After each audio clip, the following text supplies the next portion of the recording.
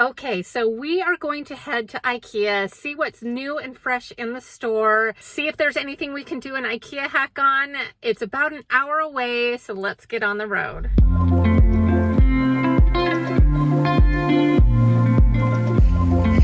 We're here, let's go shopping. It's a fun girl's bedroom. They said you can get everything in this bedroom for under $1,000. Okay, so they make it very easy for you to find the new items because they put a new tag on it. But this is a new sofa that they have. I have to say that I'm not a super fan. I think that you have better stuff here, but the price is really, really good. So here's another new sofa. I actually think this one looks a little bit cuter just because it has a little more substance to it. I am loving this wall mural behind me. I don't know if they sell this here, but I'm gonna find out because isn't that cute?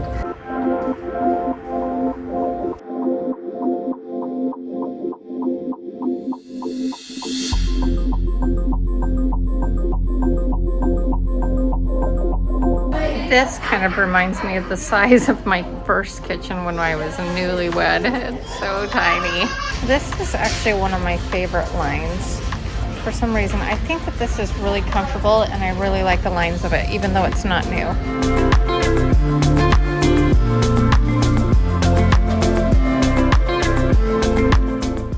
Oh, what do you think about this for my entryway? Maybe a little contemporary. This with glass doors could possibly work. Obviously the color wouldn't, but the size. So this is a new piece. It's one that I wanted to check out. I really like it. It's a little bit tall, but there's something about it that I really like, so it's a possibility.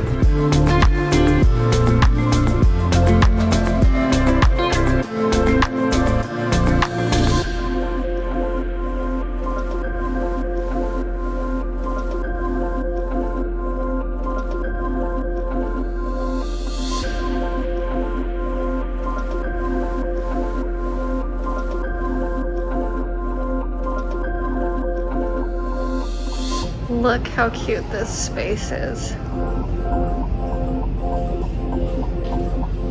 He even did a fireplace, but look at this.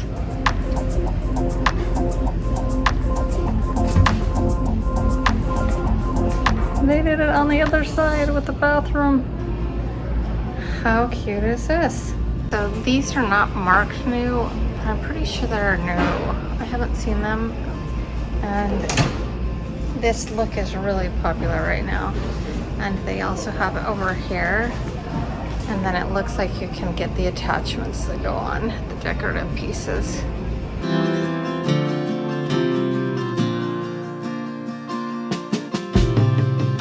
These are new and super cute. So I'm walking through this IKEA and I'm feeling like they're a little bit behind the 8 ball because I am not seeing a lot of the new items that were listed on the website here, and I'm not seeing a lot of new tags. So I'm just wondering what's up. But I did just notice these baskets and those are super cute. I'm gonna see if I can find those somewhere. Yeah, so one of the items that I wanted to check out was the weighted blankets, and I am not seeing them anywhere. This laundry basket is one of their new items. It's cute. The tried and true Ribba frame.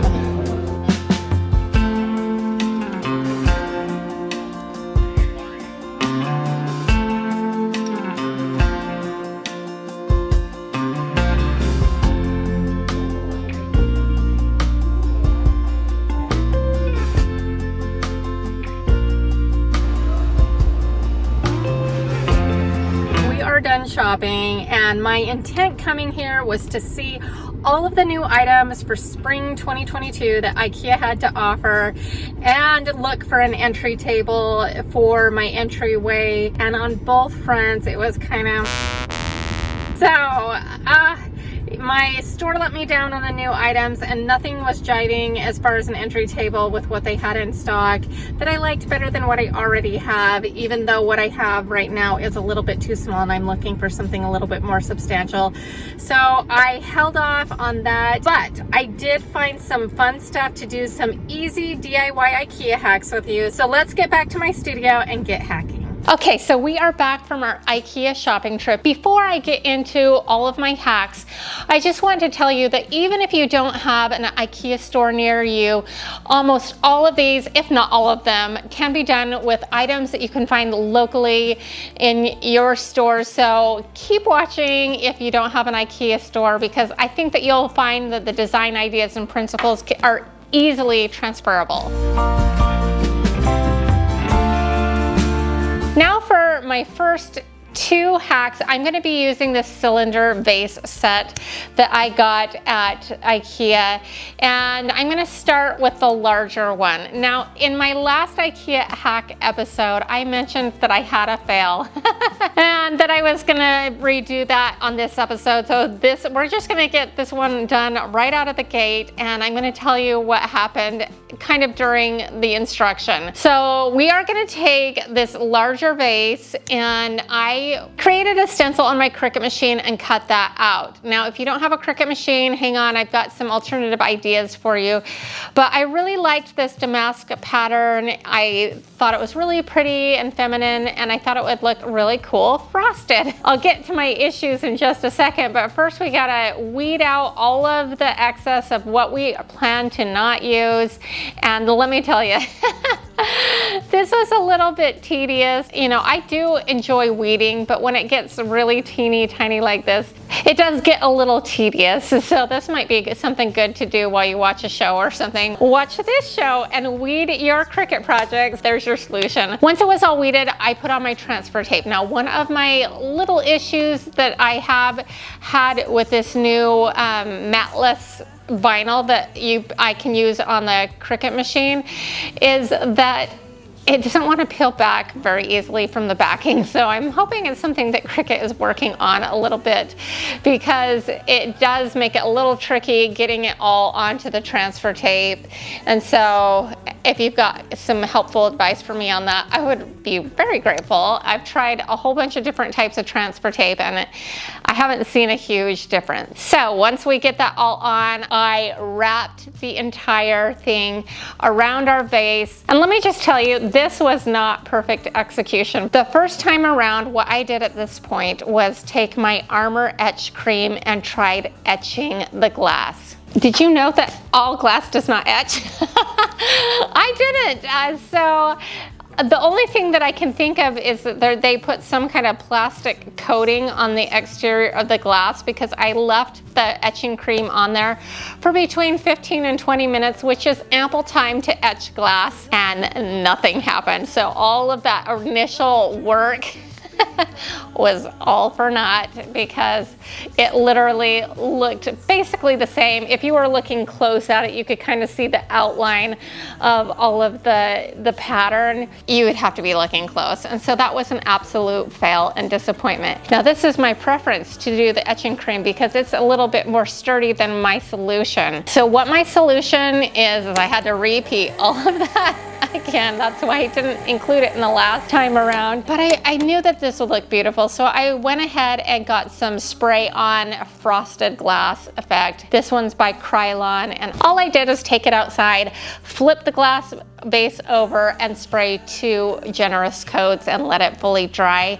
And then we brought it back in and peeled back painstakingly all of that vinyl.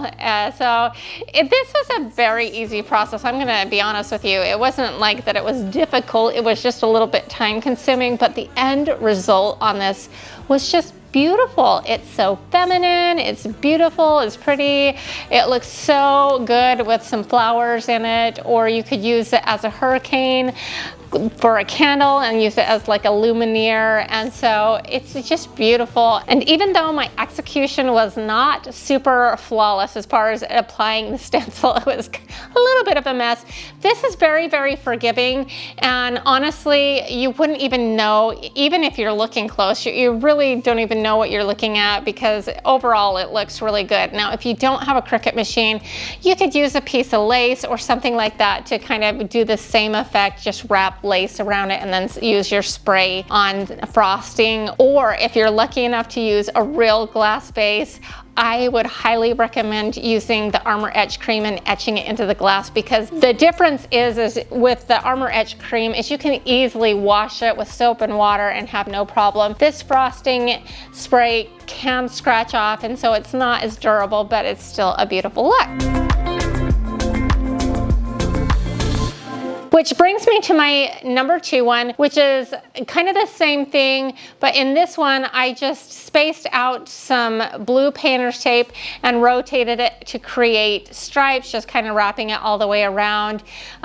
So my stripes were about 1 inch or so, maybe 1.25 inches. I'm not exactly sure, and I just kind of rotated those every other one. I kind of wrapped it in a plastic bag at first, with thinking that I would spray it just on the top, but ultimately I flipped it over like I did on the Damask one and just sprayed it on the underside. That way you don't even really need the plastic bag in the center. And honestly, I think this is a really cute companion piece to the Damask one. They coordinate, but they're not overly matchy-matchy. The same thing, put flowers in it, put a candle in it, and use it as like a luminary, and it's just beautiful. I also thought it would look really cute to use washi tape and make the stripe a little bit smaller. So super easy to put together and really elevates this glass and makes it look super cute. What do you think?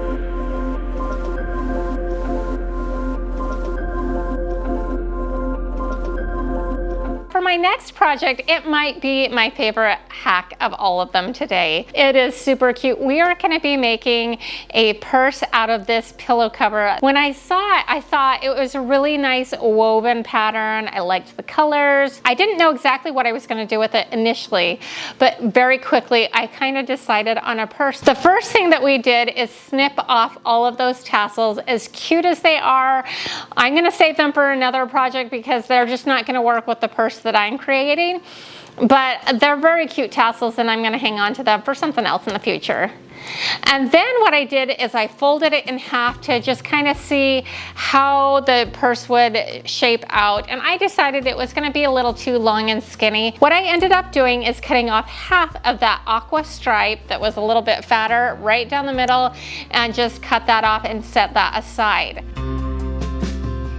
And then what I decided to do was leave in the zipper, and I'll show you why in a little bit, but what we're gonna do is we're gonna put the outside wovens pattern together, like the finished side out, and we are going to kind of channel stitch or stitch in the ditch or whatever you call it, down that seam, trying to get as close as we can to the zipper with still leaving enough room for that zipper head to move up and down, but you don't want it to be like super obvious. And then I kind of just stitched back and forth all the way up, and then make sure you tie it off really, really good. Now I just used some all-purpose thread on mine, but I really do think after doing it that I would recommend something more like an upholstery thread or something when you're gonna do this. After I got that stitched, I was kind of looking at the fabric cut off that we had, and I'm like, wouldn't it be really cool to have a pocket inside? So I probably should have done this next step first before I stitched up that one side, but we hadn't gone so far that we couldn't get it done. But I decided to take off that cotton muslin off of our cutoff piece, or a little square of it, and I ironed it out really good, ironed down all of the seams, and then I stitched across the top.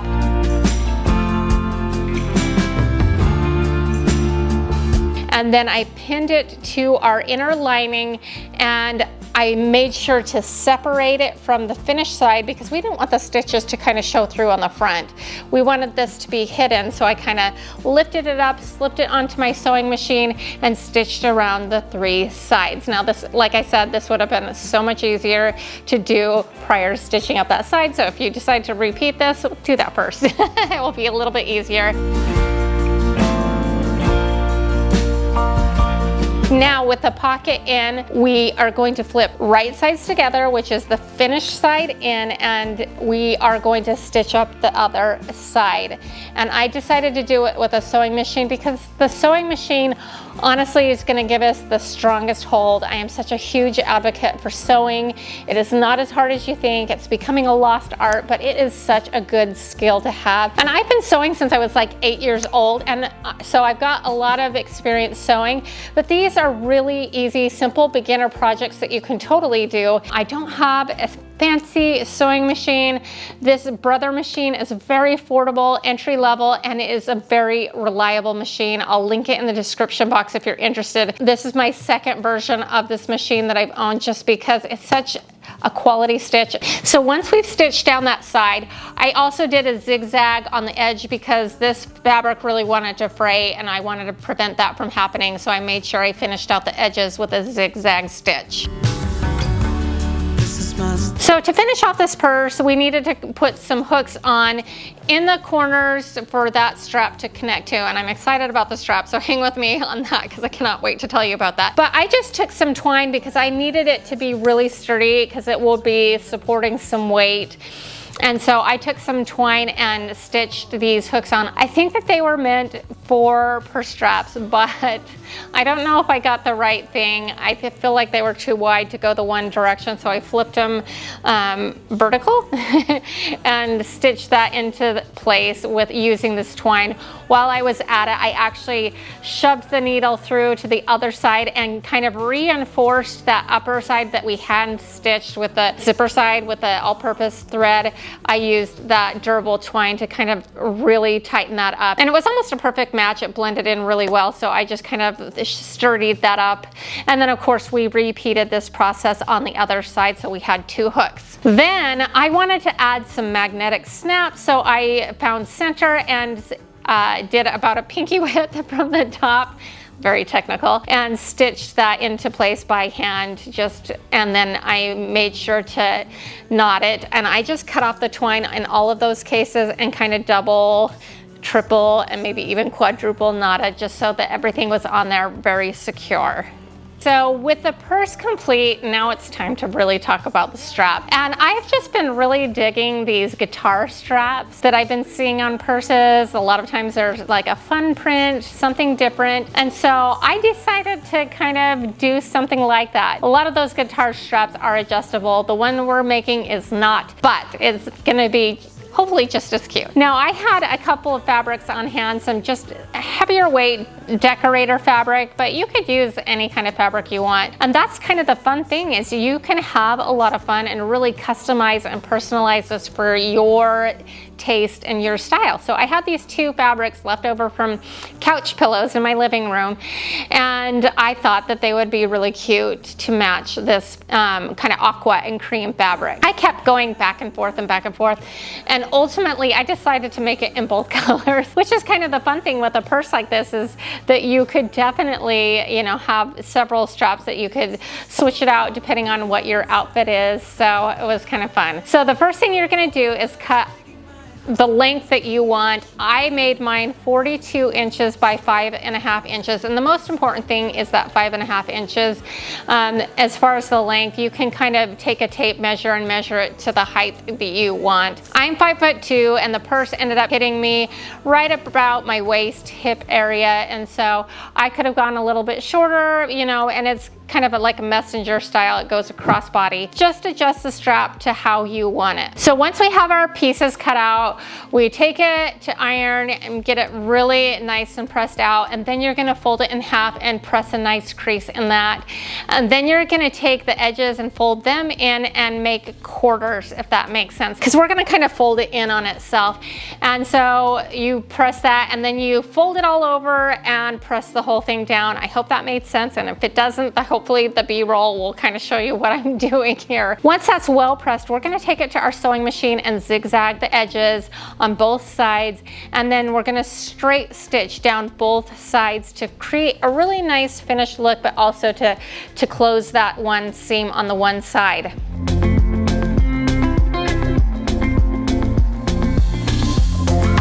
Then we're going to attach our hooks. Now I found these hooks at the Hobby Lobby. They were 50% off, making them like $1.74. They're pretty good quality and they swivel and they've got a lobster clasp on it. So this is great. And so we slide those edges in, wrap it around it, and we do a straight stitch back and forth. And I do that like 4 or 5 times just to make sure it's on there really good, because again, it's gonna be holding some weight and we just wanna make sure that's really secure. And then we repeat it on the other side. And then it's easy to just snap those onto those hooks on the purse and switch them out as you want. So what I love about this purse is it was actually pretty easy to put together because we were using a pillow form, and so a lot of those finished edges were already there for us. And I love that we left the zipper in on that one side, because now we have a really cool hidden storage pocket that you could slide valuables in, or just lots of little things that are secure and you can't find. So it's like a little hidden compartment, which was really fun, I think. And then I love the magnetic snap. It makes it easy to open and close. It's not a hassle. Love that as an added addition. And then of course the little pocket that we added. I'm so glad I did that. You can toss your phone in there, or you know, some gum or lip gloss or whatever you've got going on. It's nice to have just a little extra pocket there, right? And then you know, it's just so easy to switch out the straps, so you can have several straps. And isn't this just kind of a fun idea? Now you can make these straps adjustable. It just requires a few extra steps, and maybe that's worth it. But for this project, I thought this turned out really cute.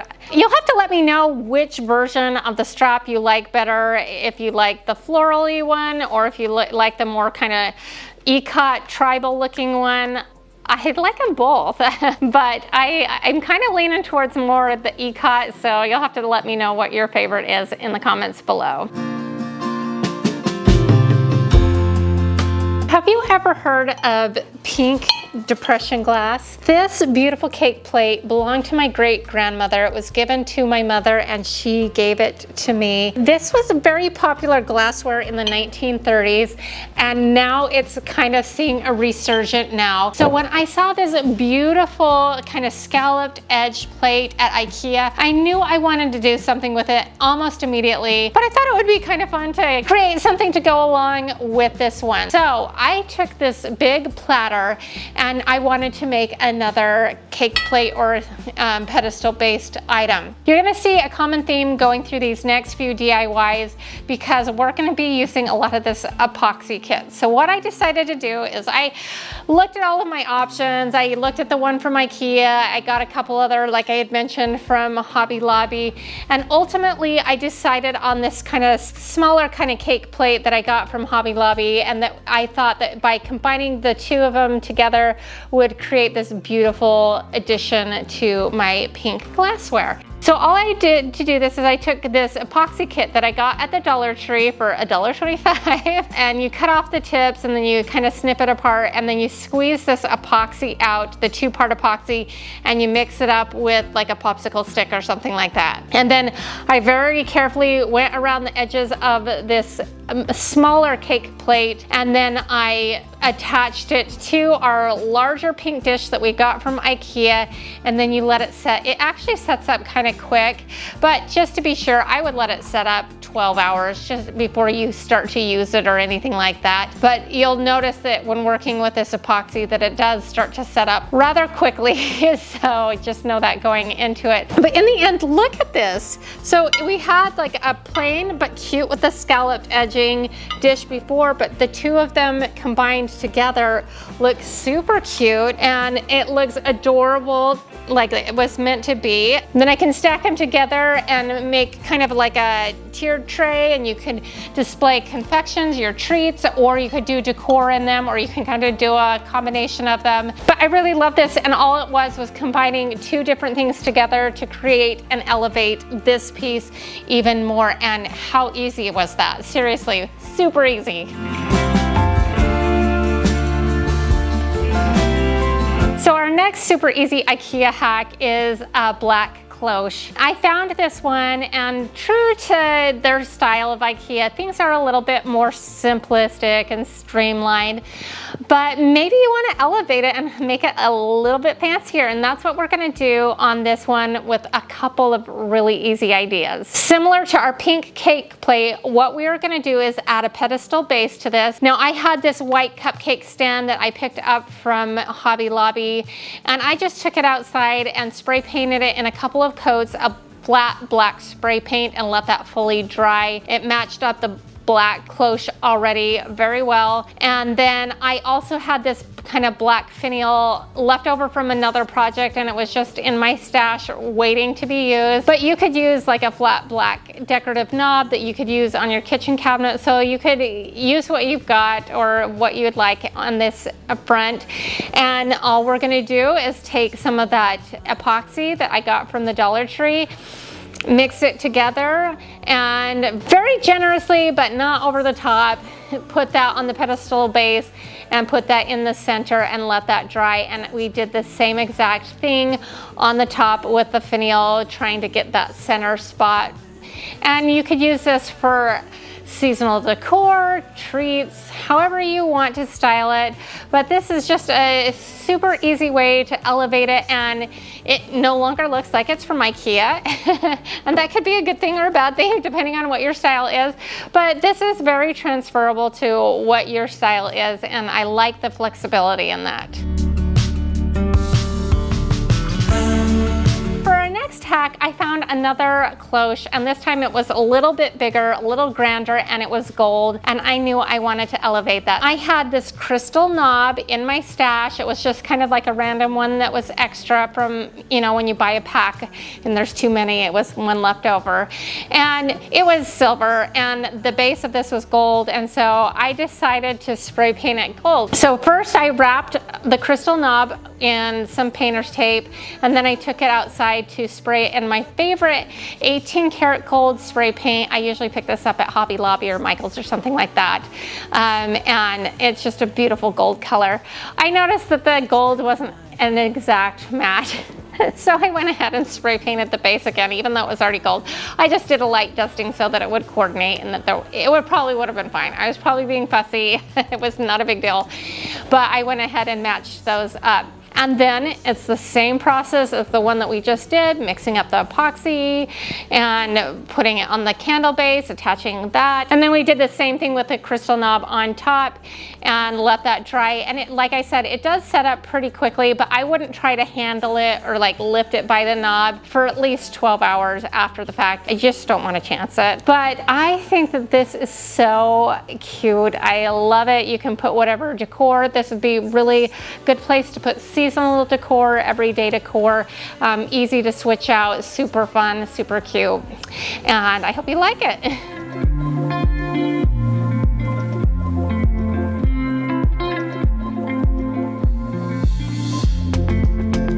Now this next hack is the easiest of them all.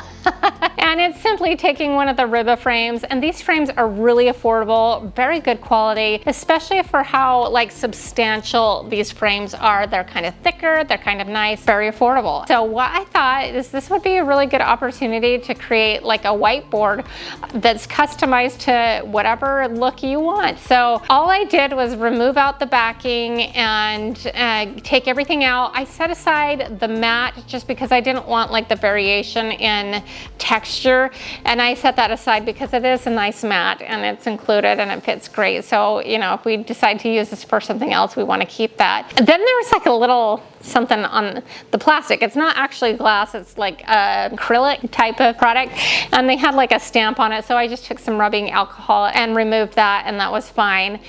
And then we had the opportunity to pick whatever backing you want. You could use fabric, you could use wrapping paper, you could use a peel and stick vinyl, whatever you want to kind of put in that has the texture that you like or the look that you like.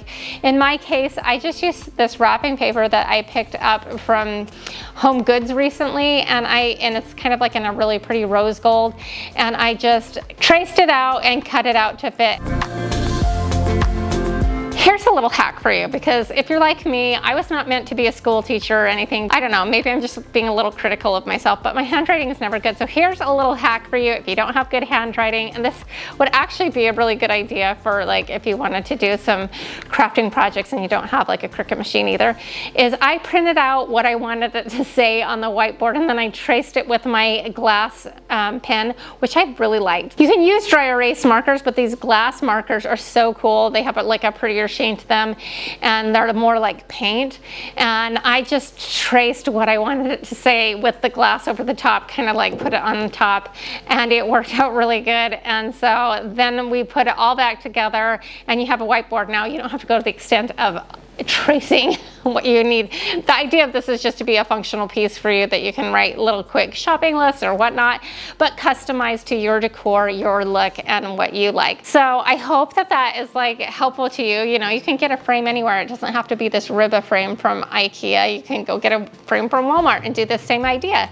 And you've got lots of options. So I hope you enjoyed that. Well, I hope you enjoyed this episode. If so, here's another one that I think you'll like as well. And if you haven't done so already, consider hitting that subscribe button right here. It's super easy to do, and I would love it if you joined the DIY Niner family. And to all of my DIY Niners, I just want to remind you once again that you are more powerful than you know. We'll see you next time. Bye.